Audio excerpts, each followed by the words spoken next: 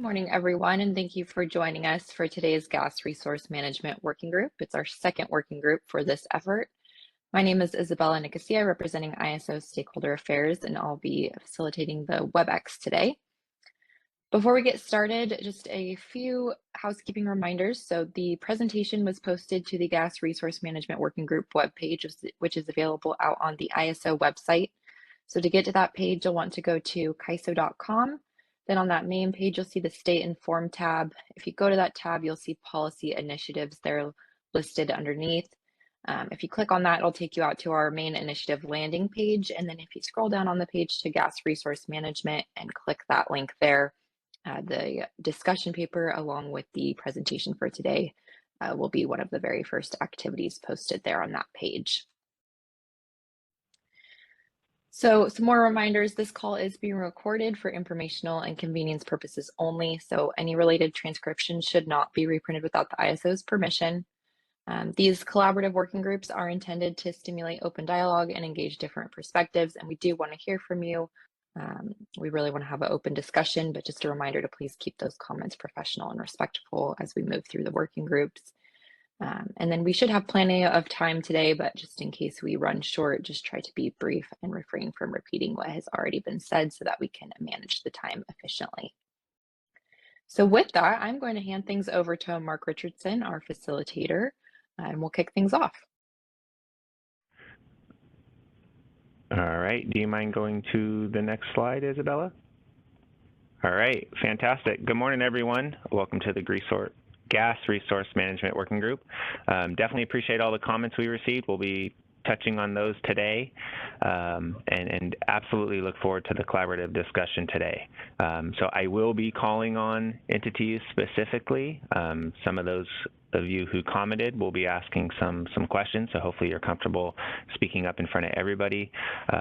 We have the ISO subject matter experts on the line as well as part of the attendee list.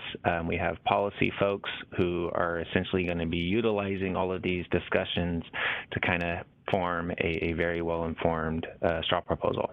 So I just wanted to do a quick touch base on the associated reminder of what the goals are for this Gas Resource Management Working Group, and kind of talk a little bit about problem statements. I realized on the last call we kind of breezed through those, so I asked Sylvie to come prepared today to talk a little bit about what does a problem statement mean and how to form those, kind of best practices around forming them and what to think about as it pertains to the principles that we've kind of already defined for this working group on the last call. So goals of this working group is to form those problem statements where we're defining and illustrating those principles for overall market design, forming those draft problem statements to reflect your guys' concerns as a community. And then the goal is going to be to illustrate and justify those problem statements, right? Identifying the root cause of those stakeholder issues and what, to the extent you guys don't understand necessarily what that root cause mean or what I mean by that, that's what Sylvia will be covering here shortly. And then we want to absolutely assess the overall impact of those particular problems. That way, when it comes a little bit later in the working group series, we'll be able to talk about overall prioritization and things like that. So with that, Candace, if you wouldn't mind, let's promote Sylvie Spiewak to the panel. Thank you. And Sylvie, if you wouldn't mind unmuting, I'm going to go ahead and pass the torch to you for the next few slides, and then go ahead and pass it back to me and we'll jump in. Thank you. Excellent. Thank you, Mark. Hi, everyone. My name is, did it go? Great.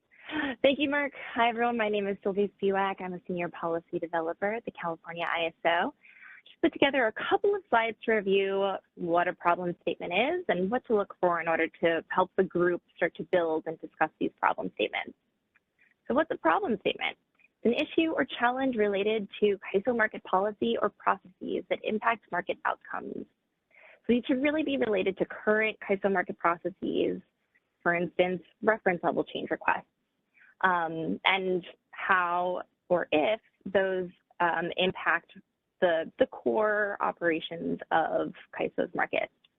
They should help us identify the root cause of issues and facilitate assessments.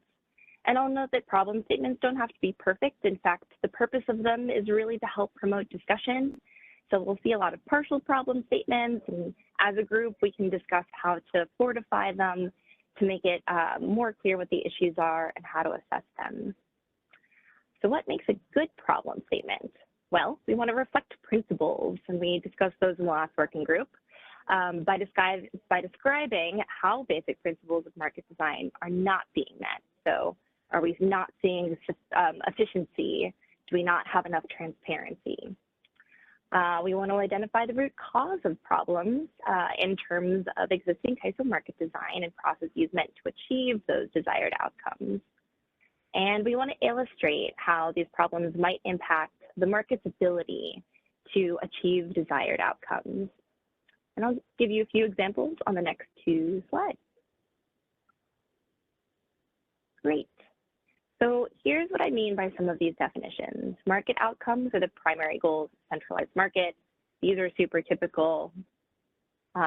Reliability, least cost dispatch, cost competition, and non-discrimination. And before I move forward, all of this is really up for discussion for the group to noodle over to make sure you really get the hang of it. So feel free to jump in if you have questions. Principles are the broad goals of market design that achieve those market outcomes. Efficiency, transparency, and simplicity we talked about last time. And these are really integral tools to make sure the market can deliver reliability and least cost dispatch, et cetera. A policy or process describes an existing case of market policy or process that supports market outcomes. So I wanted to keep these examples really general. So the most general policy I could think of was a uniform price auction. And the purpose of that is to facilitate competition. So the policy principle describes how that happens. So a uniform price auction can facilitates competition by sending a visible competitive benchmark, which is transparency, to all market participants, simplicity, and that helps incentivize true cost bidding and resources coming to market, and that's efficiency. Finally, a root cause describes the failure of an existing policy to help achieve market outcomes. This is, again, very broad, and you can probably think through more examples from your side of the computer, but resources may not include certain cost and energy bids, and that would reduce the incentives necessary for efficiency for driving cost competition. The next slide, well, I guess I'll pause for questions. Any thoughts on this? Yeah. No, thank you, Sylvie. So, by a show of hands or, to the extent somebody who would like to weigh in, is this making sense? Because what the purpose of this was to kind of help frame up before we start defining as a group what these problem statements are going to be for gas resource management. I had asked Sylvie to kind of outline and define how to build that problem statement and what we're looking for in those. That way we can kind of better feed our conversation here in a little bit. So any questions, or hopefully this is kind of sticking and making sense for everybody? I know myself, I had to take a look at this problem statements definitions quite a bit to wrap my own head around it. So I appreciate you putting this together, Sylvie. I'm not seeing any hands. We've gotten feedback that it's fairly buzzwordy, and I totally understand that. But as you work through it, it becomes a much more intuitive framework. So it's a good practice just to get used to, how we're investigating and assessing market problems. Yeah, and if we have any hands, you can raise your hand by selecting the raise hand icon, which is located at the bottom of your screen. If you called into the conference outside of WebEx, you'll need to press #2, and that will raise your hand on the phone only line. And then you can also send your question or comment through the chat. We'll be monitoring that. All right, I'm not seeing any. Candace, do you have anybody with #2? Not at this time. All right, go ahead, Sylvie. Excellent. Go to the next slide. So I've seen something like this in a lot of the stakeholder feedback and comments we've gotten, and I've also seen many statements about not being able to recover costs in some way or form from the way that current processes are set up. So I wanted to reflect how to build a problem statement around that and discuss a little bit how that reflects what we saw in the last slide. So this says a lack of confidence in cost recovery mechanisms because true commitment costs, startup and mid-load costs cannot be reflected in bids due to commitment cost caps, which are capped at 125%. And this impacts reliability when resources don't come to market. So the market outcome here is reliability. Note that it's not cost recovery per se. It is actually keeping the lights on. But the policy principle implied by cost recovery is efficiency. So that's noted here as well. And the policy that we're talking about that is the root cause or the issue is commitment cost caps. And this may not be a complete problem statement. There's definitely opportunity to discuss more in depth what the issues are, what happens if we relax those cost caps. But I thought this was a nice, clean example that reflected some of the problem statements our stakeholders have put forth so far. All right. Any comments, questions, or is this sinking in with everyone? Because on the next, oh, I see Michelle from LA with her hand up. Go ahead, Michelle. So I have a question actually on this component. Can you just confirm that you can hear me? Yeah. This true commitment cost and start cost that caps at 125%. If I recall when I read this, it uses the index prices. My issue with specifically EIM is that EIM is a real-time market. Right now, there's no really mechanism to forecast what EIM is going to dispatch in real time. And if it does dispatch, it's going to be based off of real-time pricing. Often what we see, especially in the SoCal market, is that the real-time price exceeds this 125% of the index price that's utilized in the day-ahead market. Does CAISO plan on implementing a mechanism where it utilizes the real-time same-day pricing instead of the index pricing? If that differential is like pretty wide?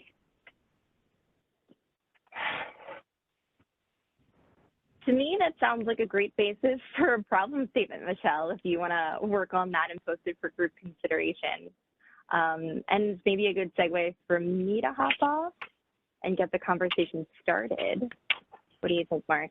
Yeah, no, and Michelle, I was actually, thank you for your comments, and we actually have a slide where we can kind of start diving into the, one of the problem statements we heard, or at least kind of proposed based on stakeholder feedback on the last call, was around that, I would say insufficient information for procurement and things like that. There's obviously bidding flexibility as another item. So let's hold that comment, and when we get to that slide, I'm going to tee you up to kind of propose what you believe the associated problem statement should be, and then let's let stakeholders start diving in, if that's okay. Sounds good. Awesome. Thank you. Michelle? All right. Is there any other questions pertaining to this example problem statement? Again, Sylvie is just teeing up what we're looking to accomplish with each of these problem statements as we build them out as a group. All right, I'm not seeing any hands. All right, I appreciate your time, Sylvie. I may be calling on you, so be ready from an ISO perspective. Thank you in advance. Thank you. All right. All right, so what I wanted to kind of briefly do as the facilitator is kind of capture what we heard here at a high level in comments, and in the coming slides, we'll be diving a little bit more into those to kind of help tee up discussion while we build out these problem statements. So there were quite a bit of comments around gas transportation rates, how those are currently being accounted for, and whether or not this group needs to consider those in the Gas Resource Management Working Group as we talk about gas management and the associated challenges. I think a really good comment was to kind of reflect on CCW and what has yet to be implemented as part of that overall policy discussion a few years back, and what we plan on doing there. And I was going to reach out to the individual that provided these comments. Was prior to the next call, let's go through, look at what was previously approved and has yet to be necessarily implemented, and determine whether or not those particular items still feed into today's problem statements that we're discussing as a group, because obviously the market landscape has changed with all the various initiatives and things like that going live between back when CCW was introduced and walked through that stakeholder process to now. But great comments. I absolutely hear your associated point, and I think it's important to reflect on some of that. Some of the other items we heard was gas cost recovery when bids are mitigated, right? So to the extent you're mitigated, that mitigation measure, one of the individuals proposed, that kind of eats into that gas cost recovery that you're looking to kind of make up for with those energy bids. Real-time market volatility. There was a few comments on the overall volatility of the market with the penetration of VERS, potential load forecast errors and things like that, and how that can drive challenges with gas resource management. Illiquidity in the evening nomination cycle for the gas market. That particular comment talked about how certain areas are more liquid than others, and how that presents a challenge from an overall gas resource from a system perspective, and how liquid those markets are. So how do we account for that? Expanding scope of how opportunity costs are considered and modeled, right? So there's some generators that are out there that were built and contracted for all intensive purposes of maybe just for reliability, or maybe certain conditions have to manifest before they can be utilized. Is there opportunity there to reflect those costs in the market? And then lastly, one of the comments that we heard, and I know that I've been working quite a bit with from a WEIM community perspective, are the MSG challenges that is currently being faced by the community. I think we all know MSGs are extremely complex. That model was introduced quite a while back, and there's absolutely a list of enhancements that the ISO is working through from a prioritization perspective in the MSG working group itself that I also host. So to the extent you're interested in what those enhancements look like and what the outstanding variances are, please dial into that particular working group, and we'd be happy to discuss those as well there. Do we have any questions or comments based on what we heard from stakeholder comments, or are we good to kind of start diving into formulating some problem statements as a group? Let's see here, I see a question. Give me 1 second here in the chat. Yeah, so the question was around gas transportation rates. And I think when we get into the problem statements, I will be calling on that particular commenter to kind of help expand what exactly they were intending in their comments around some of the challenges that are being faced through the lens of gas challenges and resource management and things like that. So thank you for that question, and we'll absolutely be diving into that. Stuart Kelly from LA, I see your hand up. Go ahead, sir.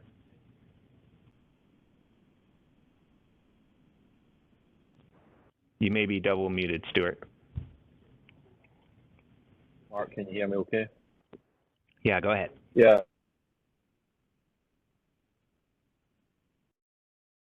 But I would like to see, something around 2-day ahead forecasting, which is one of the kind of genesis for this workshop.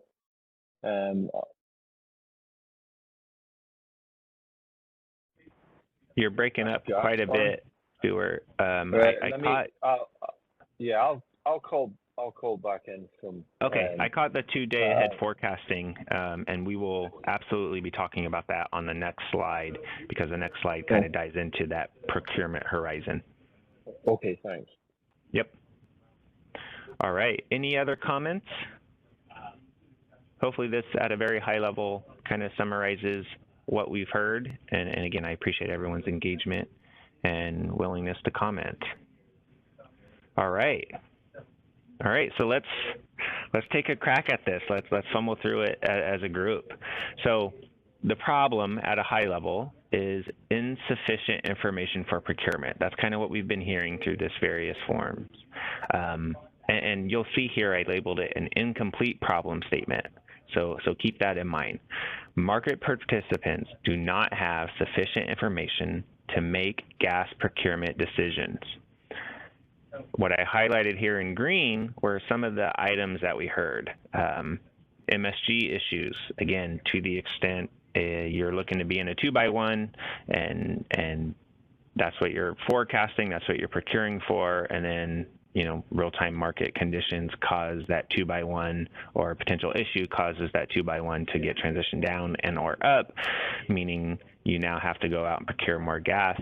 And then illiquidity in the evening nomination, I felt were the kind of the two comments we heard pertaining to this particular topic. We just heard Stuart talk about an associated forecast mechanism. We talked about advisory schedules in the context of EDAM. This particular working group, yes, we want to factor in EDAM, but it's also what's happening today in the real-time market and what some of those challenges are being faced. So in order to help discussion, I pose a few questions here, and I'm going to stop after each one, and I would appreciate individuals to weigh in. Keeping in mind, we have various problem statements. They all kind of overlap just a little bit, so try to keep that lens on, hey, does this make more sense to be talked about in bidding flexibility? Does this make more sense to be talked about in cost recovery, right? So keep that in mind as we walk through these particular problem statements. So my first question I'm going to pose to the group is this issue with the forward market purchases or spot market purchases, right? So forward market purchases, you're making those particular purchases well in advance of the flow date. When I say well in advance, at least a day prior. Obviously, those day ahead results from an energy market perspective come out at 1300. I believe the nomination is due by 1500.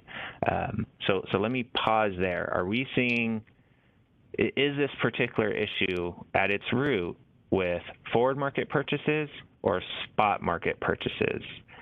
And by all means, please raise your hand and weigh in. All right, Paul Wood from PacifiCorp. Thank you for being the first one here. Go ahead. Hey, Mark. Thanks. Yeah, Paul Wood, PacifiCorp. I mean, definitely that is a concern that PacifiCorp has. Is when we're making decisions in the morning for the pre-scheduled day, so tomorrow, the gas index is set typically by, I don't know, 8 a.m., maybe 9 a.m. Pacific time. So we have to procure the gas we anticipate we're going to need for the pre-scheduled day by that time. Obviously, with EDAM, we're still going to be faced with that dilemma. We can't wait until, the final market results are published by, 1300. Not only is it going to be a problem with the price that we have to buy gas that is going to be based on, the 8 or 9 a.m. index, but the ability to get the gas we need by that time is going to be a problem. And a perfect example would be last week, with the tight situation in the market last week. It's just not going to work. So Paul, I appreciate you weighing in. So what I believe I heard you say is the issue is actually with both the forward market purchases, because you're trying to make those decisions by 9 a.m. when you don't know what necessarily your day ahead position is going to be at yet. And then I also heard you mention the spot market purchases can be a challenge as well. Can you enlighten me as to when those spot market purchases are due by? I mean, I'm not the gas trader, so and our gas trader is dealing with some issues right now. But in either in the day, intraday, mm-hmm. we PacifiCorp just doesn't have a lot of gas storage. Got it. So we can't push or pull gas like other entities perhaps can in the, that are currently in the day-ahead market. The gas cycles, whether it's cycle 2 in the evening or cycle 3 or 4, it's just the liquidity is going to be difficult, and then the price. Got it. Is going to be okay. It's going to complicate the run, right? Yeah. No, I hear you. So, I think this kind of naturally feeds into number 2, and if I go back to what Sylvie kind of teed up, we have market outcome, the specific policy matter that the problem statement's attempting to tackle, and then the policy principle. I think for a policy principle perspective, this might fit in, the need for more transparency around what those potential schedules may look like. And that kind of feeds me to question number 2 here is, based on the information that's available today, what's missing from that information to give stakeholders a better more information for a better informed decision when it comes to gas nomination? Do you want to, we heard Stuart talk about before he dropped a 2-day ahead advisory schedule, right? And I think that's something that the EDAM policy committed to. But is there anything else what else can be provided to help make these informed decisions? I mean, having a 2-day advisory schedule or look is certainly valuable, and it helps make that decision. But the fact that gas, trades the way it does, which doesn't line up with power, just adds complexity to it. There's so many variables that can change. When we struggle with, setups for Monday, when you're trading Friday, just because of all that happens over a weekend with your generation, your VERS, your load, all that stuff. But certainly having that 2-day advisory look will help that decision-making process. Got it. Thank you, Paul. So I see Alan, and Alan, that's funny. I was going to ask if any of the California parties wanted to weigh in on kind of how, one, the associated problem statement, and if you wanted to take a swing at what this problem statement should be, but 2, kind of talk a little bit about what overall, I don't want to use the word strategies, but how you manage gas procurement from a day-ahead perspective. So, Alan, if you wouldn't mind unmuting, go ahead, sir. Hi, Alan Mack, SDG&E. I'm definitely not an expert in this field, but from what little I've observed of our gas trading floor, one of the things that I've noticed is that the situation that was it Paul from PacifiCorp mentioned, it's not unique to just PacifiCorp where there's sort of limited gas storage. We have some uniquely situated units here as well that just have problems accessing gas and like pushing or pulling in the real time if you need to. So you have to make those procurement decisions ahead of time. And I would say that on top of having a 2-day advisory schedule, maybe there should be a way to flag certain units that need this kind of forward look, and just if you are going to give them an advisory schedule saying like, hey, you're going to get picked up for an energy schedule, or hey, you're going to get picked up for a RUC schedule, I think it would also be helpful to, because when we get that signal, what we're going to do is we're going to go ahead and procure that gas. And if the market comes around and that advisory schedule doesn't materialize, then we're going to have to run that unit no matter what. And then we're going to have to run it at a loss. So it might be good to be able to like declare these units that like, hey, if we get an advisory schedule 2 days ahead of time, we're going to run these units, and maybe give some sort of like market guarantee that like you're at least going to be compensated for your costs. in doing that. Got it. So I hear what you're saying. So when I try to push that back into a problem statement, today we have this incomplete problem statement of market participants do not have sufficient information to make gas procurement decisions. Are we saying today that there's I'm going to say lack of confidence in those day-ahead schedules actually materializing in real time, which from a market outcome perspective could impact overall participation because marketers and participants aren't necessarily looking to run at a loss? Would you say that kind of aligns with what you just outlined? I would say that that's part of the problem statement, but above and beyond that, I would say that there are also problems with just lack of foresight. We just don't know. For example, if we get picked up in ruck, the unit might end up running. It might end up not getting picked up for energy, and so you're in sort of this holding pattern.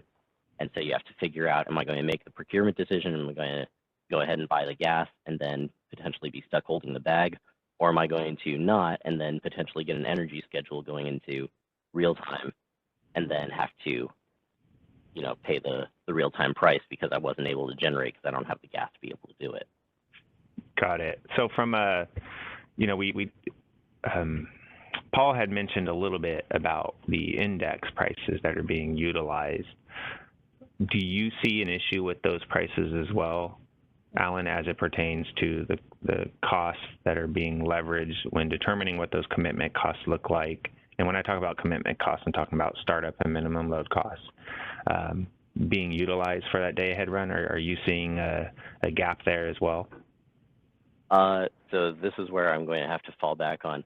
I preface this with, I'm not an expert in this, and we are now out of my depth of knowledge. Okay, no worries. I appreciate the engagement. This is good. So I heard lack of confidence in forward schedules. So I think lack of confidence definitely needs to be added to the incomplete problem statement here. And then I also heard a little bit about some of the price. I don't know if disparity is the correct term, but a delta in the price that's being utilized for procurement by that 9 a.m. time frame versus what ends up potentially materializing in real time. I see Stephen with his hand up from San Diego, and then I believe I saw Robert Fisher from Envy with his hand come up and then drop. So after I go to Stevenson, I'm going to see if Robert had a comment as well on this particular item. Stephen, go ahead. Sure. Can you hear me? Yeah. Okay. So I'm Stephen Smithson, gas trader here at SDG&E, and just kind of wanted to, relay what Alan was saying.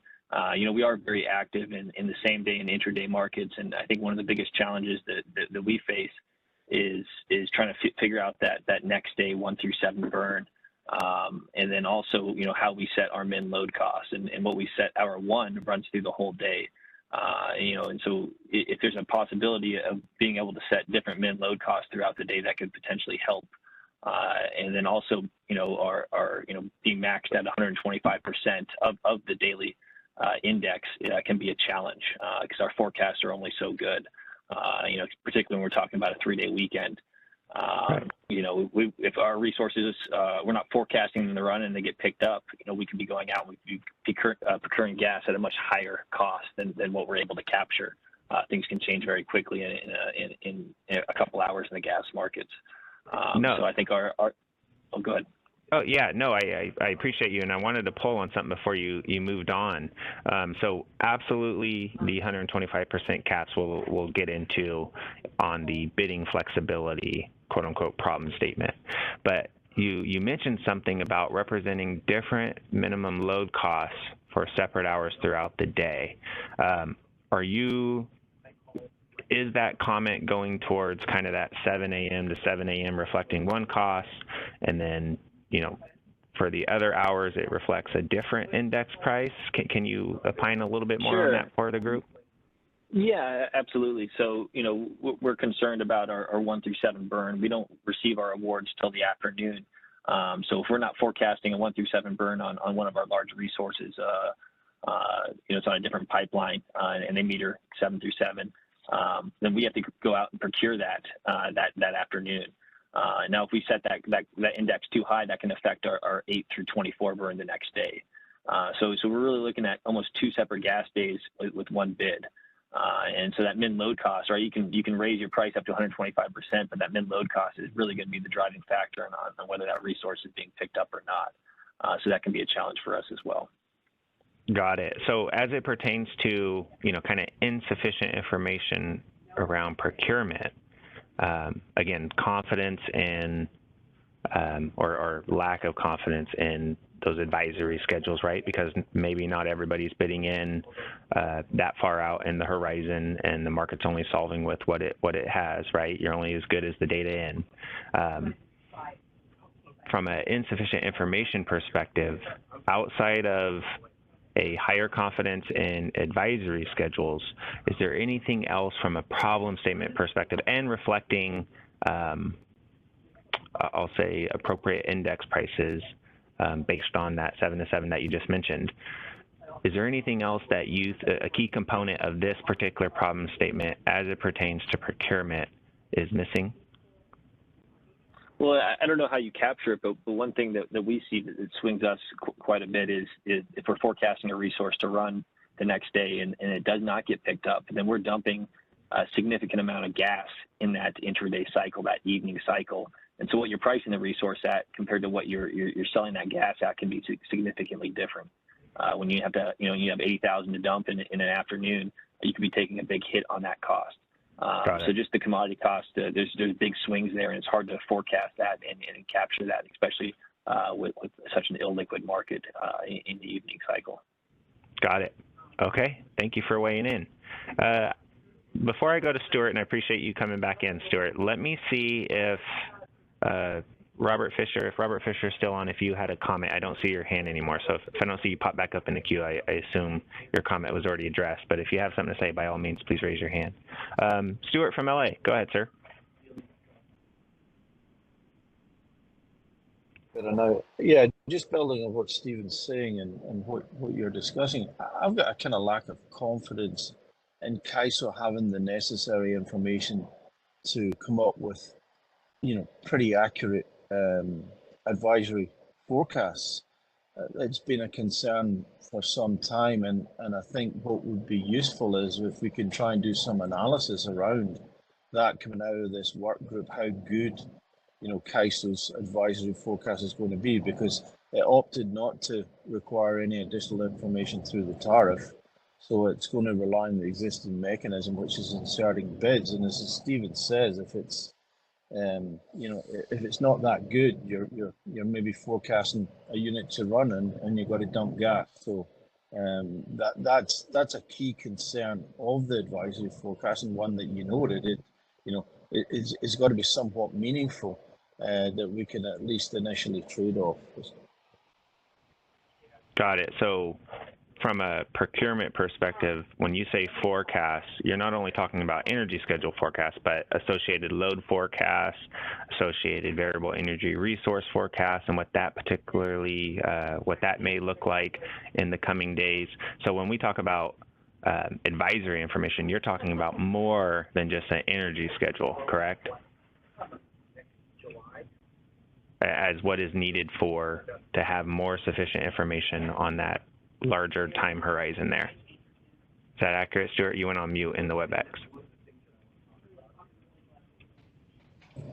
Yeah, that's a part of it, but just specifically from the fuel burner advisory, I'm not convinced with the existing process, the insertion of bids, that for the broader footprint out with CAISO, that CAISO has the information necessary to come up with a meaningful advisory forecast. And I think it will take some time to kind of fine tune that forecast. And I think it would be useful from an EDAM perspective to start looking at that now to see what, if any, information is missing.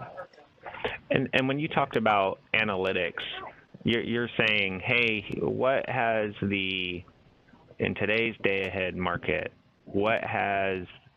how have those advisory schedules materialized day of, right? That's what you meant from an analytics perspective? Well, from a 2 day ahead perspective, you currently run that for the CAISO market. You know, how accurate is it? Let's look ahead. Ahead to Pacificor. I believe you have some information from Pacificor that may help with that advisory schedule. But if you look at a broader EDAM footprint, I'm not so sure you're going to initially at least have the necessary information, but it would be good to look at the accuracy of the existing 2-day ahead advisory. Because it sounds like San Diego Gas and Electric's relying, and maybe Stephen can comment, on its own forecast, not the advisory that's available at CAISO. Got it. All right, appreciate the feedback there. Thanks. All right, let's go to Robert Fisher from NV. Hey, Mark. My initial hand was a WebEx tricks me, but I've been thinking about it a little bit more. I just want to kind of emphasize a little bit of what Pacificor mentioned, as well as San Diego. The gas markets and the electric markets are completely misaligned in regards to our specific timelines. Our gas market closes at 7 a.m. And has little, and we have little to no storage available. I'll emphasize the no. But the important part that I want to emphasize for your number one question is it's more of a spot market purchase, because if you were to maintain your current timelines, that little to no liquidity in those timeframes on the current electric market timeline would be very difficult for us, specifically for NVE, to make large adjustments.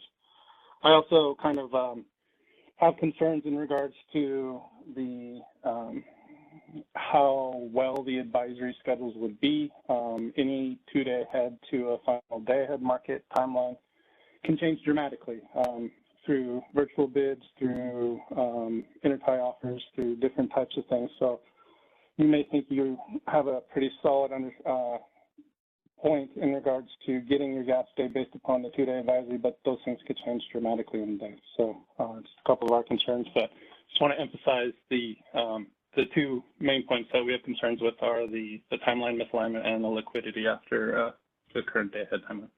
Got it. And from a, thank you, Robert. And from a, insufficient information for procurement, so I hear your 2 points. Is there any information that could be made available to NV that would help address those 2 challenges that you just mentioned from a problem perspective? To be honest, I'm not sure. Okay. I think for us to be comfortable would be more of an alignment of the gas timelines, because that liquidity is not there.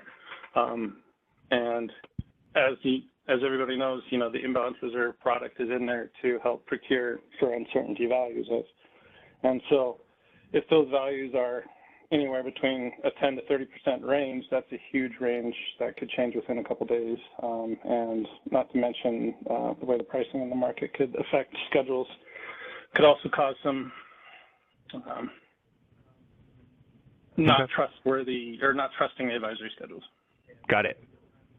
All right. So I think one of the largest things is overall timelines, information that is made available. There's a certain level of confidence behind that and certainty.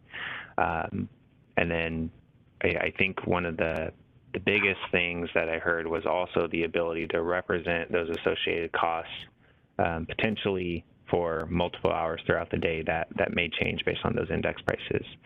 I haven't heard from the ISO. Sylvie, Danny, any of the other subject matter experts, did you guys want to weigh in on this by any chance? If so, please raise your hand. I'd be happy to call on you.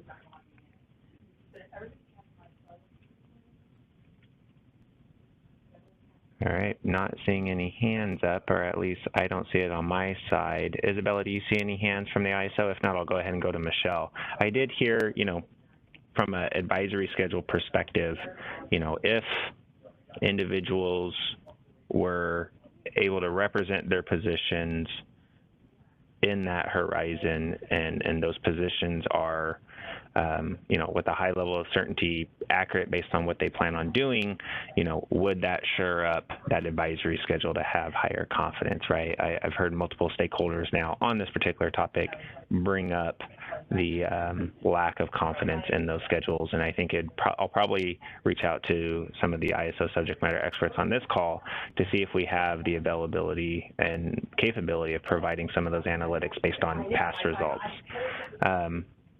I'm not seeing anyone from the ISO today, or excuse me, from the ISO on the call. So let me go to Michelle and see what comment she has to provide on this particular topic. And Michelle, if you wanted to weigh in on a proposed problem statement, that'd be great. Okay. Yeah, no, I do want to emphasize the importance of forecasts here, and I'll actually give a prime example. SoCal markets, specifically SoCal Gas, they started declaring a lot of operational flow orders, high and low. The issue that I see when there's a declaration of high FOs, and let's say that you forecast and then for whatever reason they deck us down, the market deck us down, that means that we have too much gas in the system. These are hefty penalties. Lately, they've been declaring a stage 3.1, which is $10 per MMBTU.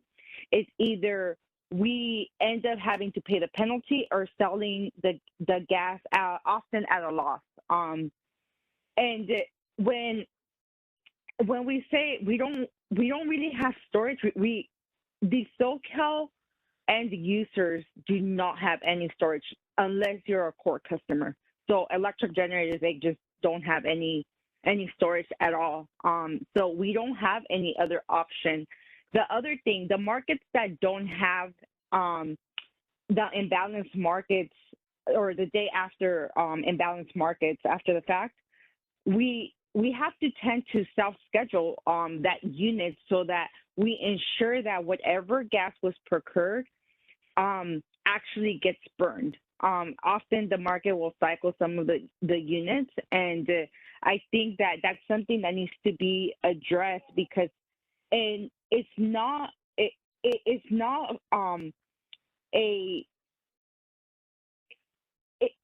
a lot of limitations in these units when we cycle them, and in the gas where we just can't handle these things from 1 hour to the next, where they'll dispatch us 2 hours and then they'll deck us down the next 2 hours.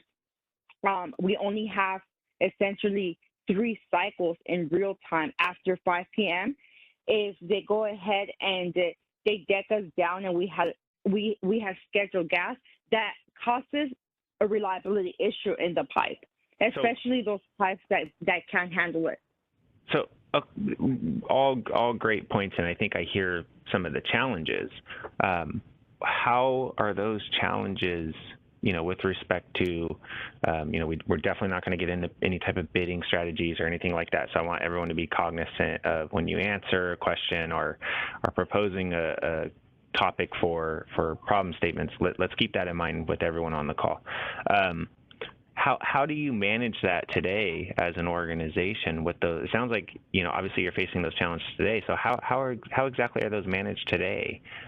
You know, to the extent you don't want to run into one of those OFOs and you can't fall outside of that band, are you essentially ensuring from a cost perspective that your units are bid in a way that they would be running so that you are doing that minimum burn or burning what you've already procured to avoid those penalties?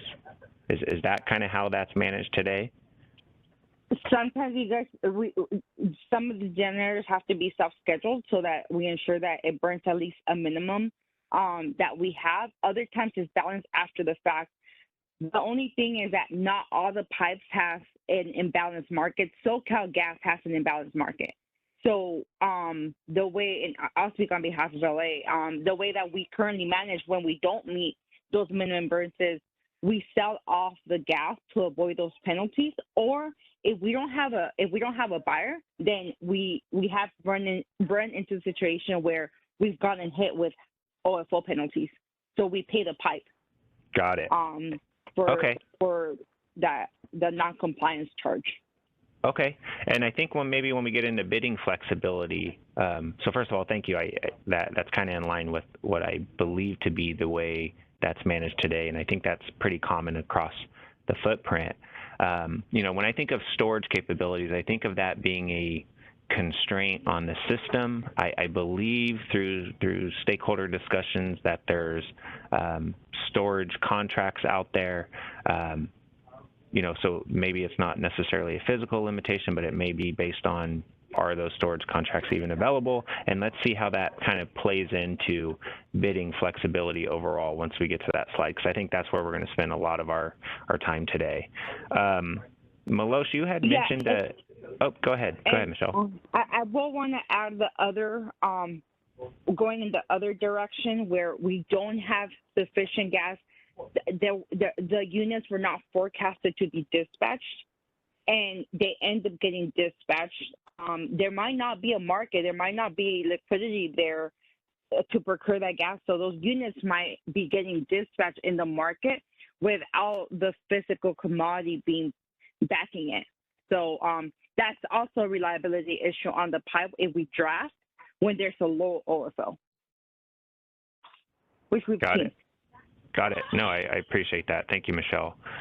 So Milosh from LDWP posted an interesting question. Milosh, around methodology, can you opine on that before moving on to the next slide? Because I think what I've heard on this insufficient information for procurement, I think, you know, I may be able to take that back and kind of propose a problem statement in the upcoming discussion paper from today's call. And maybe we post a survey or something like that to see if individuals want to weigh in on if that problem statement accurately reflects this particular issue in the context of gas resource management. So Melissa, did you want to raise your hand and opine on your comment? Oh, I gotcha. Okay, so so Melosh's comment is, you know, maybe some more information from the CAISO, and I think that kind of plays into what Stuart had mentioned around how advisory schedules work, what data inputs are being utilized when those advisory schedules are being produced, and that may give higher confidence in those and certainty around that. Thank you for your comment. All right, I'm not hearing anything else on this particular topic. So let's adventure to the next slide. Thanks everyone for their feedback. All right, here's the meaty one for today. Bidding flexibility. All right, the previous incomplete problem statement that was included in the discussion paper was current bid caps and commitment cost caps do not give enough flexibility to market participants to fully represent costs. What we heard through overall stakeholder comments on the discussion paper that I believe to be related to this particular problem statement is real-time market volatility. There was a proposal or comment around expansion of those opportunity costs, and then gas transportation rates. I'm curious to see if that was related to the 7 a.m. to 7 a.m. and there's, you know, concern around how to set up the first 7 hours of the electric day, 1 through 7, to ensure you have appropriate gas to manage those flows. And then overall commitment cost caps, right? 125% versus 110%. You know, let's have these discussions. So and maybe the way we tee this up first is the gas transportation rates comment. For the entity or organization that were making those comments, do you mind weighing in here how gas transportation rates play into the bidding flexibility problem that stakeholders have voiced? So if you wouldn't mind raising your hand, I will call on you first. If not, that's okay. I'll go ahead and pose this first question. So let's give it a second here. All right, not seeing a hand up. All right, so let me, oh, there we go. Go ahead, Jeremy.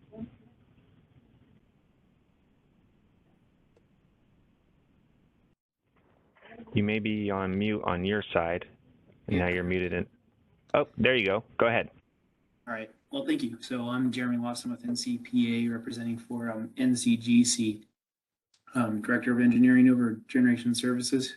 And we submitted our proposal to include the problem statement to look at the local gas transportation rates that we see as a big component on how the market efficiency is managed, and it really is in this gas group, and we're hoping this gas group can help start considering this and be probably I guess the problem statement is the lack of I think the gas transmission rates or local transmission rates being properly applied to the overall electrical efficiency, very similar to any market.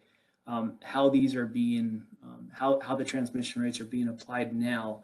I don't know how familiar you are with the gas rate.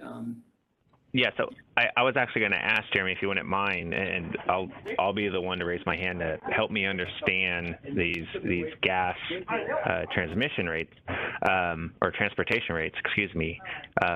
So am I hearing you correctly that the index prices for these particular hubs do not reflect those rates today? Yeah. So there's So right now, there's certain generators that are applied in local areas for this gas transmission pipe, and they're the cost of being on those is there's a up to $1 per MMBTU more per backbone. And so what you have is you have multiple plants out there that have been efficiently offset to the market, and so this could be an additional 7 to 8 megawatts dollars per megawatt hour higher. And so really the problem what we see is that during our last gas trend rate review, CAISO I think is probably the biggest beneficiary for this, wasn't there to support some of the I guess promotion to ensure that these local gas transportation rates were ensured that they would be fixed as opposed to a variable. That's where you see these extra $7 to $8 on very efficient plans. The problem that we saw in the past is just for an example, we have a very efficient 300 megawatt combined cycle plant, and when we saw local gas transmission rates increase, there was about a 212% increase offset from backbone to local transmission rates. And essentially that took a close to 50% efficient plant go from an operation of, well, just basically it decreased it by about 77%. And so, we took off a very efficient plant because of this local transmission offset. And so that's the problem. The problem is that when the gas transmission backbone prices, when they drift away, when the local transmission piece drifts away from that, you are going to disproportionately remove very efficient plants from the system, and that will overall increase the overall price of the electric market rate. Got it. Got That's where we want this group to be, because what we see is that with your participation, working with CPUC, who governs the overall rate case, your involvement would help, basically, shine this light. And because what's happened is we've done our work, we've got it to, we've worked with other entities to be able to fix these local transmission rate prices, just so our plants can compete kind of at a backbone level, use that index as our bid product, as part of our bid. But what we're worried about is in 2026, these gas rate cases are going to revolve again. And depending on how all the cost goes for local, depends on what pipelines are being unused or not used, or how it goes. Those local transmission rates, again, will be up in the air. And we really want this group to support the cost to ensure that backbone versus local transmission costs don't separate again and push off these efficient pipes. So Jeremy, I appreciate you laying that out, and I think I now have a stronger understanding as to what was meant by those comments. So I appreciate that. My question to you, when I go back to bidding flexibility as a topic and the associated problem statement here, I hear you saying those costs, that delta between local transmission rates and what I heard you say was referred to as the backbone. Today's mechanism doesn't allow parties to account for those additional costs. And is that because they're hitting this 125% threshold? Is that because potentially their energy bids are getting mitigated?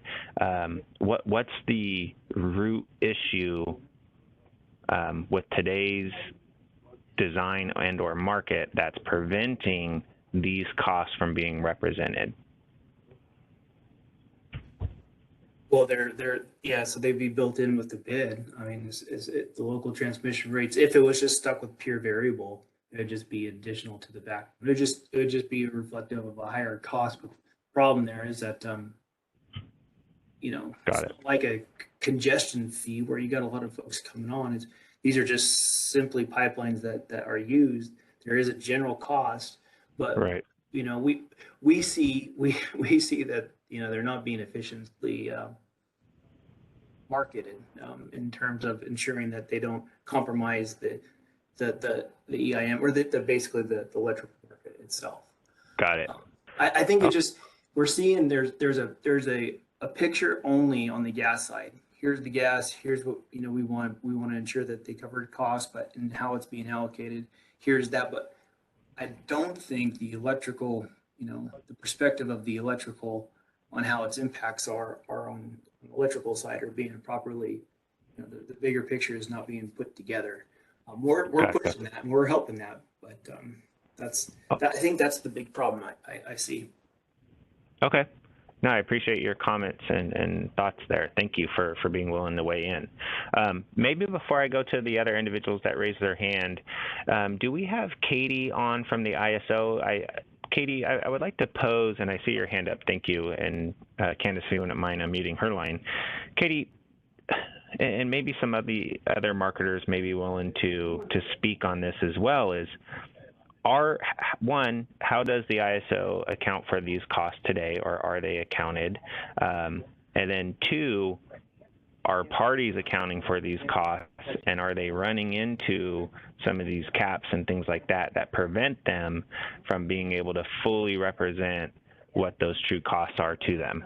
So Katie, let me go to you first, and then we'll start diving through the list of hands here. Sure. Thanks, Mark. Hi, everyone. This is Katie Wickler with the market analysis team. And I can speak to that first point in terms of how we sort of account for transportation costs today in our framework. So we allow scheduling coordinators to establish what we call custom fuel regions. And sort of the general way this works is, each resource is mapped to a specific fuel region, and that considers, the primary gas hub that they pull gas from. And that also adds in any sort of transportation costs that might be associated with procuring the gas and pulling it from the pipeline to be burned at the resource. And so the process that we have is that scheduling coordinators can come to us and show us, here's all of the different gas transportation rates I'm exposed to, the different tariffs, charges, things like that. And what we do is we fold those into our system and we add those on top of the gas index price. And so that together represents the fuel region price, which then gets fed into the calculation of commitment costs and default energy bids as well. We have a process by which we update those transportation rates approximately once a month. Some change a little less frequently, but we do have a process to sort of account for those and capture those, and those ultimately get reflected in the fuel region price. So to the extent that scheduling coordinators feel they have specific transportation costs they want to reflect in those calculated costs that we generate, there is the ability for scheduling coordinators to come to us and set those up. Hopefully that sheds some light on the current process.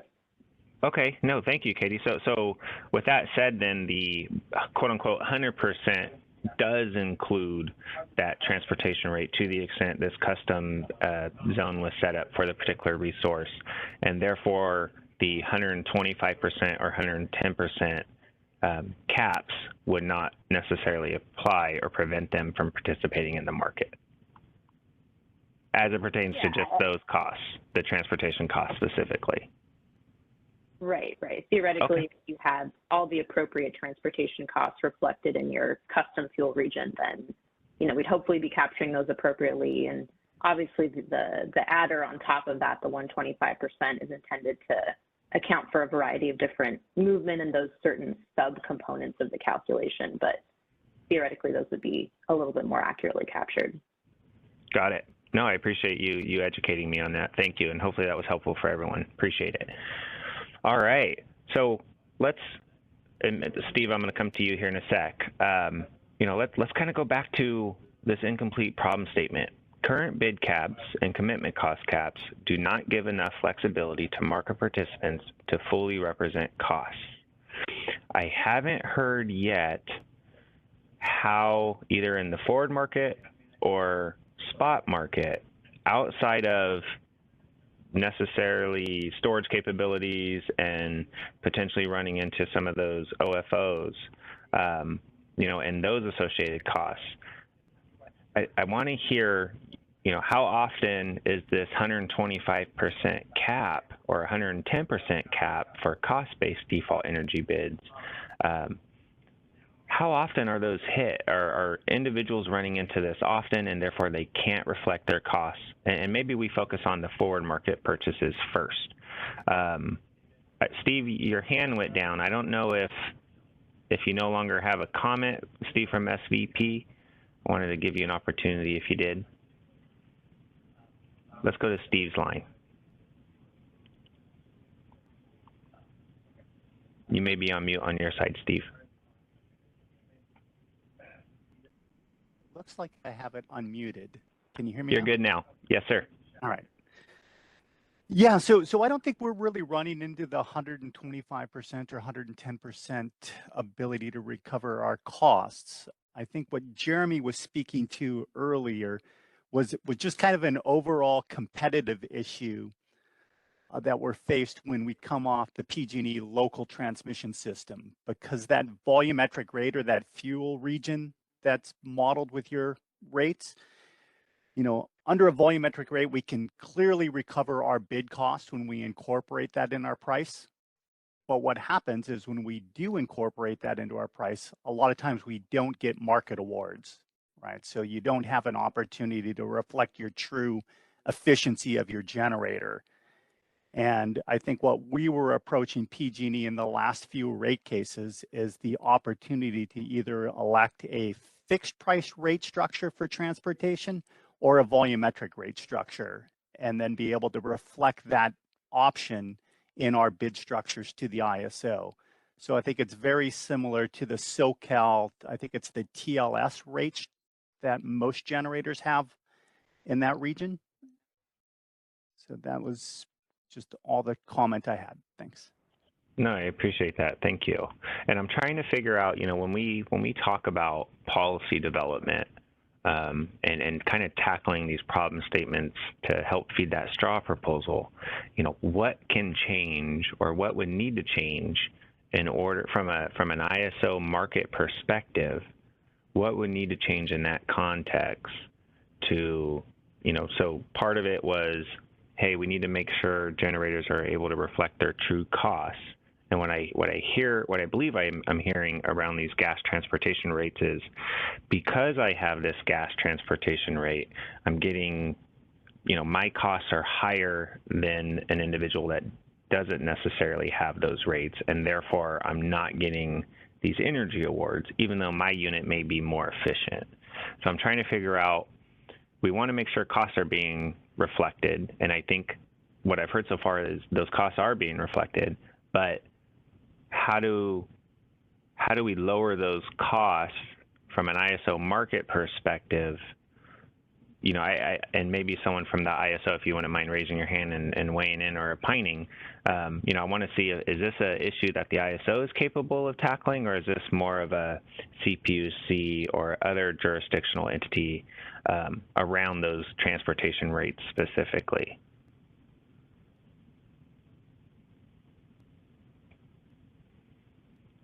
Not hearing anything, but maybe I'll take that back to the group and we can, add a few sentences to that discussion paper. So I thought this bidding flexibility, I thought we were going to get a lot of comments here. So is everyone saying 125? Is there not an issue with bidding flexibility? Is 125% sufficient? All right, now I'm getting questions. There we go. Let me go to Grant first. Well, I mean, from a spot market point of view, no, 125%, it just, especially reflective over the last year with what has happened with gas prices and how much the intraday movement can be, is, I think SoCal's running somewhere in the 524% movement over the last 90 days, PG&E about 145%. It's just an extremely volatile time. Most of the days, like right now, it's very quiet. Wouldn't expect a lot of movement. But, we have a constrained gas system. And any one thing happens, whether it's a pipeline goes, out for maintenance or whatever may happen, or you just have a critical day and as far as how much gas is going to get burned in those spot market, that 125% is not going to hold in the intraday. It's just not going Gotcha. to. Whatever that price is in the morning, it's, it could be triple that by the afternoon to the next day. And that, I think, does where you can price that into your bids, but I think to everybody's point, but that's not running the market that efficiently because I'm trying to cover that as far as my commitment cost as well. Right. And this is separate from, well, what happens if they get mitigated? Because obviously it's not going to get covered there. So it's just, I think when the initial 125% was done, the study period looked back and said, we think this will cover everything. Well, the gas market's changed a lot. And I would just recommend that we go back and redo that same study and see what those results come back with for these bands. And when do you deploy them? Okay, no, that's good feedback. I appreciate that, Grant. So I heard you say, depending on the system, you saw prices move up to, north of 500% over the last 90 days. And Katie, I may call on you again. I'm trying to, I want to make sure I state this accurately, but my understanding is for real time, because you mentioned the spot market there, Grant, prices, the associated index prices are pulled around 10:30 the night before the real-time market.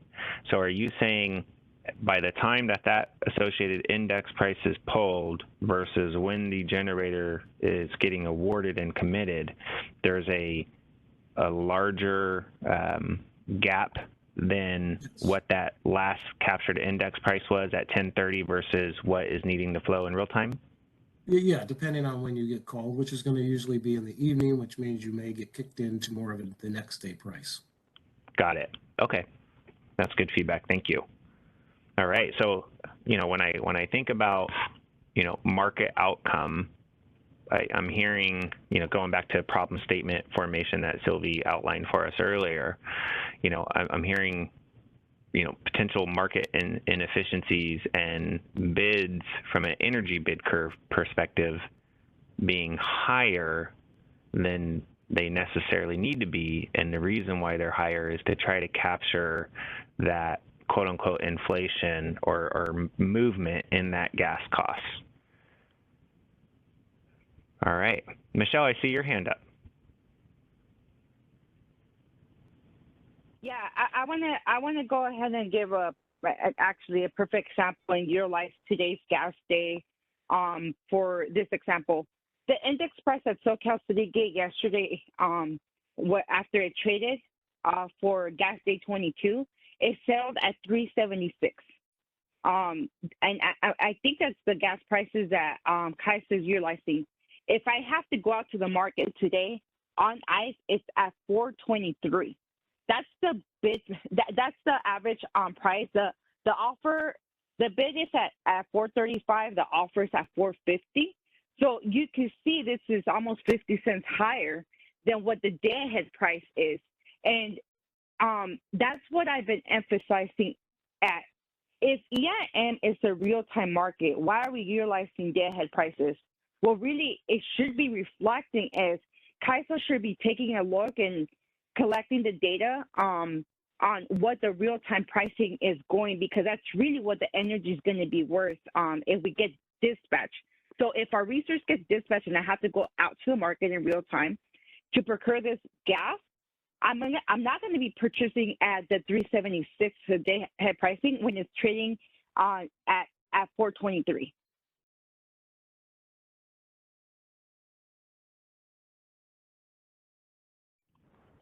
Okay, and maybe I'll go to Katie to see if that, you know, if she has a response to that as it pertains to, you know, the problem statement.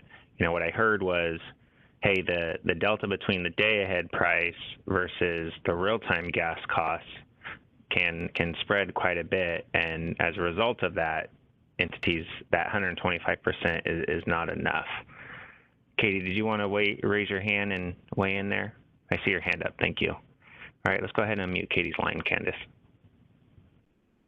Yeah, I guess maybe just to chime in quickly and clarify. I mean, we do, Michelle, we do calculate commitment costs and DEBs. We do two separate calculations, one for the day ahead where we use the morning price trading on ICE between 8 and 9 a.m. That's when we grab that price, we calculate the day ahead reference levels. We reperform that calculation for real time with the settled evening price for that flow date.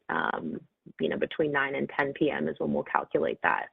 So we do take into account the settled price for the real time calculation. There is also a mechanism by which we can consider at times the same day price in those real time reference levels. It's not a direct correlation between pulling the same day price and plugging it into the reference levels. It's a bit more nuanced that there may be another opportunity for me to go into details on that. But, you know, we are considering sort of a different pricing between day ahead and real time, if that helps to clarify. No, thank you, Katie. Appreciate that. So, Michelle, would you say, and I see Darren with his hand up from Idaho. I'll come to you next here, Darren. Real quick, Michelle, would you say the 125% cap does not provide enough flexibility from a bidding perspective for entities to represent their true minimum load or startup costs, so those overall commitment costs that we've been referring to? Would you say that's an accurate statement? That is an accurate statement. Okay, thank you. All right, let's go to Darren Anderson from Idaho. Good morning, Darren. You're on mute on yours. Oh, there you go. Go ahead. Can you hear me okay? Good morning. Thanks, Mark. Hey, I want to chime in here as well, and I appreciate the time and consideration and all the talk around this.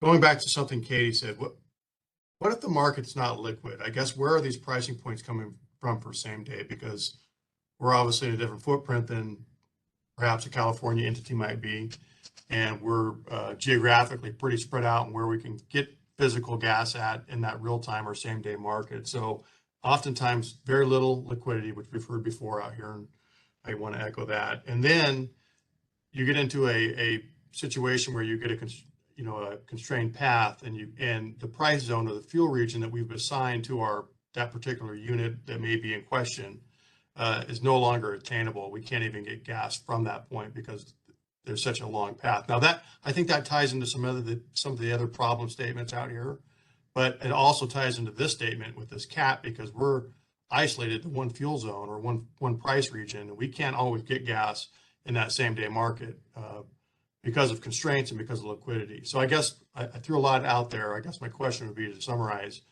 what pricing are we using to pull and calculate that same day price? And what do we do if the fuel region's not attainable? All right. Katie, you beat me to it. Let me go to Katie from the ISO. Thank you for your comments, Darren. Thanks. Yeah, sure. Thanks, Darren. So yeah, I mean, I guess the framework with the same day, and try and give a brief answer, and you can let me know if this helps or not. The same day, what we'll do is, you know, when we detect that there are same day prices trading on ICE, and we look at that between 8 and 9 a.m. Pacific on the morning of the trading day, understanding that, you know, we're already a few hours into the day.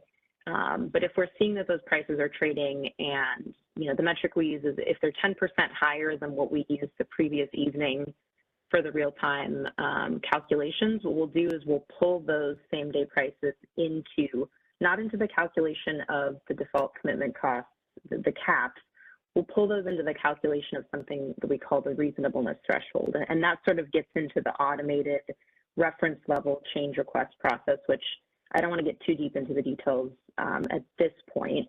But if we, you know, if we see those same-day prices are trading, we'll pull them in, and they'll get considered if you choose to go through the automated reference level change request process to adjust your bids upward in the bidding platform. So that's sort of the way that we consider when to use them and when we do pull them in. Does that help answer your question? I think that helped me, Katie, and maybe I thought I heard Darren state that the gas may simply not be available. And Darren, if you wouldn't mind raising your hand, you know, given that, you know, particular entities or a certain unit may only have access to one particular pipeline, and the spot market, there's simply no more availability. How is that managed today? What would you do if you received an energy schedule to produce at a certain level that you weren't able to meet? Let me go to Darren. Yeah, I can answer both those. Katie, that helps, and I understand that because you and I have had this conversation, so I teed it up for you, but thanks. Looking out there right now, there's no price discovery on, I mean, looking at ICE, there's no same day. So that's often the times when you're dealing with illiquid markets. Today, we've got a lot of counterparts that we're working with bilaterally. And so I guess then it comes back to onus on us to do a reconciliation to prove that we paid $10 for gas in a $5 market based on the day ahead price. And that's, I think, where we run a lean team, and we don't have the bandwidth, the timing to go back and do this constantly and look at this and try and make this happen. And I think we're all saying the same thing. It's like, well, yeah, I'm a trader, or I'm not, but my folks are traders. They're not settlement analysts. We've got a tie-in, you know, additional overhead. And that's a whole other argument. But what price do you use? Is there self-reporting out there that folks are saying, hey, bilaterally, we did this off the screen, and is that being used, or is it just only on the screen trades? And I'm talking about primarily, we're active in Stanfield, Sumas, that area mostly. Sometimes we do some Rockies and, you know, Opal neighborhood type stuff, but very little liquid there. No, I hear you. So from a bidding, if I try to, I think I hear some of the constraints you're facing from a gas market perspective, from a energy bidding perspective, and reflecting those costs. Where is the flexibility lacking when I try to hone in on that problem statement? Would you also state 125% cap or 110% cap, depending on the type of unit you are, or what you selected? Are you also stating that doesn't seem to suffice?